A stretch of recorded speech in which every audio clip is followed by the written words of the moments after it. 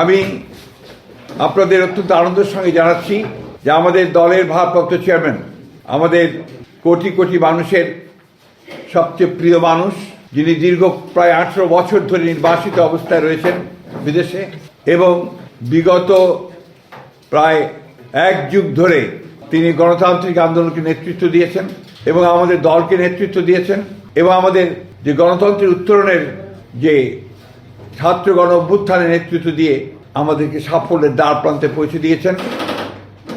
আমাদের সেই সংগ্রামী নেতা, এই দেশের গণমানুষের অত্যন্ত প্রিয় মানুষ জনাব তারেক রহমান, আমাদের দলের ভারপ্রাপ্ত চেয়ারম্যান, তিনি আগামী 25শে ডিসেম্বর, আমি আবার রিপিট করছি যে আগামী 25শে ডিসেম্বর তিনি ঢাকার মাটিতে আমাদের মাঝে এসে পৌঁছবেন।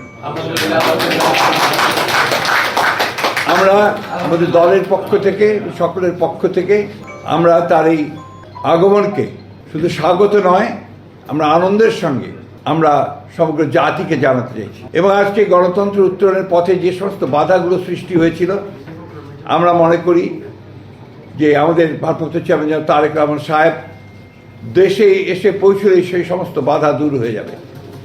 কারণ আপনারা জানেন যে একটা বৈঠক লন্ডনে যেটা আপনার সংগঠিত হয়েছিল, আমাদের ভারপ্রাপ্ত চেয়ারম্যান এবং বর্তমান প্রধান উপদেষ্টা লন্ডনে যে সভাটি হয়েছিল, সেই সভায় সিদ্ধান্ত হয়েছিল যে ফেব্রুয়ারির মাসের মধ্যবর্তী সময় নির্বাচন অনুষ্ঠিত হবে।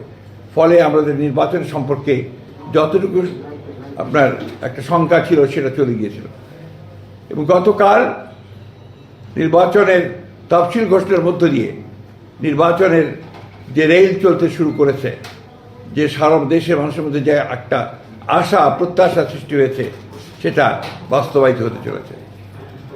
আমরা আবারও আপনাদের জানাতে চাই যে এই বিষয়টা আপনারা যথাযথ আপনার মূল্য দিয়ে আপনারা জাতির সামনে তুলে ধরবেন এবং একই সঙ্গে আমাদের ভারপ্রাপ্ত চেয়ারম্যানের আগমন যেন অত্যন্ত সুন্দর সুষ্ঠুভাবে হতে পারে সেই বিষয়ে আপনারা আমাদেরকে সহযোগিতা করবেন।